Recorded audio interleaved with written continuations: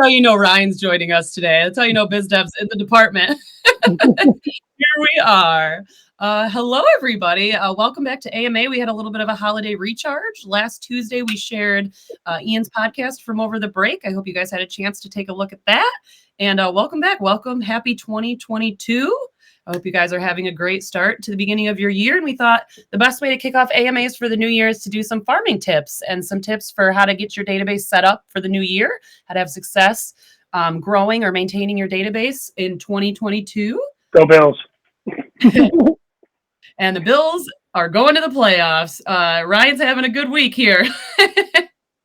But thank you for joining us, Ryan. Hello, everybody. And we will kick right off as long as you're ready to go, Ryan.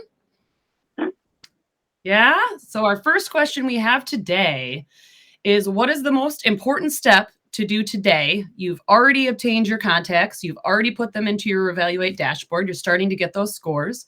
What's the most important step to do today or this month to have success over the course of the year? Something. Do something. That's the first step. So with respect to farming or the have-not-met sector, like we're talking about, going to be a different approach than you would use with your existing database, because obviously it's going to be, cold lead generation. So the first step that you want to take as soon as possible is some type of outreach or engagement. Step one, I guess, was talking, if in this scenario, you've already got your database set up, we're monitoring it for you. That was step one, is identifying where you want to be, planting your seeds, doing your farming. Now step two, so to speak, the first action step would be getting some sort of cover fire, some sort of blanket communication out to everybody in that area to begin to build your brand as the area expert or whatever your personal branding is going to be. Regardless of whether you're using Revaluate scores at all, the tried and true old school farming method of every door needs some sort of communication is still going to apply, especially for any sort of cover firing style of outreach. So it's January. Start your year strong by reaching out to everyone in your farm and beginning to that process of making them aware that you work in the area, making them aware that you exist. Don't try to beat them over the head with list your house with me today. That's not the whole purpose of a typical farming mailer, especially when you're just getting started.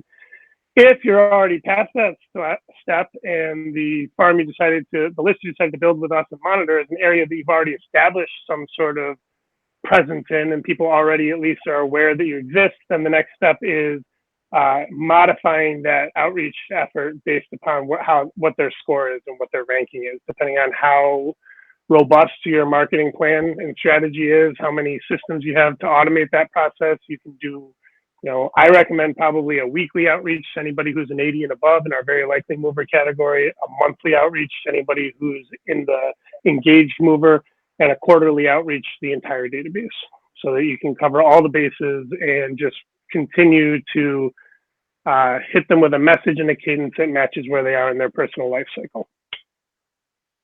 Awesome. You mentioned the EDM campaign, and if you guys missed it, right before break, I know there was a lot of things going on with the holidays. We had a great AMA with Sierra over at CoreFact, and they discussed a lot about these year-long campaigns. So if you have any questions about that, I really recommend going back and taking a look at that AMA. That was really, really good and had some great tips in that. So if you're interested in setting up that campaign, go ahead and take a look at that webinar. If you can't find it, you can always reach me at Katrina@revaluate.com or message me here on Facebook, and I'd be happy to link you to that. The next question we have is, what's the biggest mistake people make when they're setting up either their regular farming strategy or their Revaluate smart farming strategy? And what's your tip to kind of not make that mistake? Sure. The biggest mistake people make is going too narrow, I think. And so, our whole thing here at Revaluate is identifying who the likely movers are, and so that you can take more of a sniper approach than a shotgun approach. But you got to remember, if we're looking at 1,000 contacts in a farming area and we're only going to find 6 to 10% of those, you're only going to have 60 people that are going to be very likely movers, and that's throughout the entire year. If your whole strategy for growing your business is calling 60 people and hoping that they say, yeah, list my house when you make that phone call, it's not going to work. That is a lead gen strategy being applied to a lead cultivation world, and it's not gonna gain the success that you're hoping for. You know, a lot of people initially they say, "Cool, I'll just make sure I make phone calls to the very likely movers, and life will be good." And some people do strike it lucky that way, but it's not the way that you should be building a business. It's the way that you would approach like a crummy lead gen provider. And we're not trying to provide leads. We're trying to help you guys to refine your lead generation strategies. I just had a call last week with a client. Last week, 2 weeks ago? No, it was last week. With a client who set up a reside farm at the beginning of 2021, right? We're 2022 now, so it would have been beginning of last year. Um, and I asked him, like, what worked the best for you throughout the year? Because I'm always trying to help to have tips and advice for everybody, right? That's why we do this thing.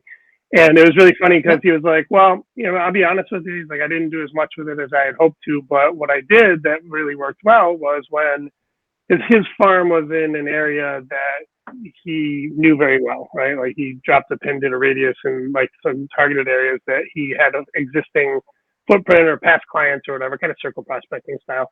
And he said what he did was when they popped up as a very likely mover, he'd hop on Facebook and take a look and see who he knew that knew them, and then reach out to the people that were shared connections and say, hey, do you know so-and-so? Can you introduce me to them so that we can have a conversation? And he got 3 deals out of that. He was like, that way more than paid for the whole year. So I'm going to double down this year and actually do some more stuff. But like cool stories like that. Just new strategies, right? Like, is everybody going to have enough time to do that for everybody? No, absolutely not. But it's something I personally never thought of doing manually, right? Like just hopping on Facebook and seeing who I knew that knew those people. It was a really cool thing that just came up in conversation. I think that's a cool way of really utilizing your farm and your sphere and really putting them together. You're totally right. That could take a lot of time, but I mean, it worked for them. So if you have the time, that's a really cool strategy. So then we'll move right into our last question of the day is, I guess you kind of hit on that maybe a little bit with this, but I was going to say, what is your newest tip or your newest strategy for smart farming in 2022?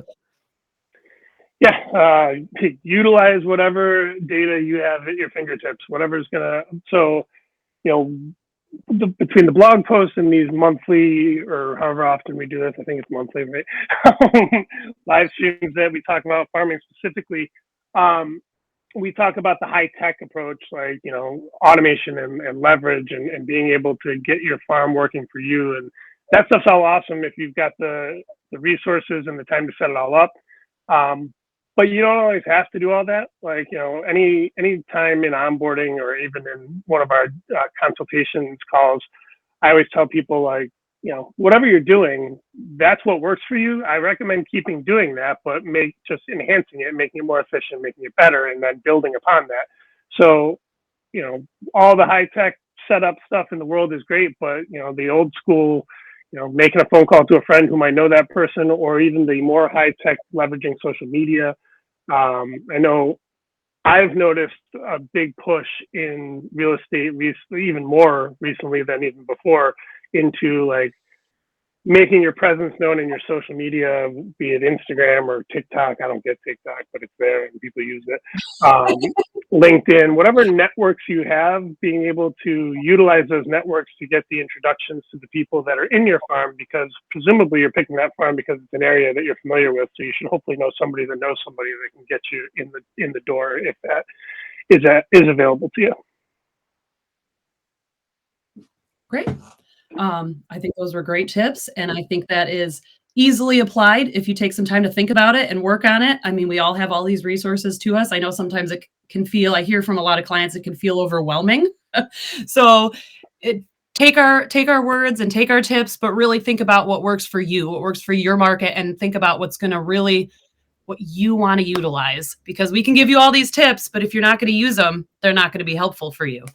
So try not to get overwhelmed. Really think about what works for you and your market. And if you have any other questions for us or for Ryan, let us know. You can comment below. We're always monitoring the group. We'd love to respond. And we're also thinking about maybe doing some group strategy sessions so that when ideas like that come out, like somebody went and used their social media, we can all benefit from that. So if you think a group type of mastermind session would be great for you, also comment below, let us know. I'd really like to set something like that up, and you can ping different members of our team and we can all come and bring to the table the things that we're best at, and we can all grow and build together.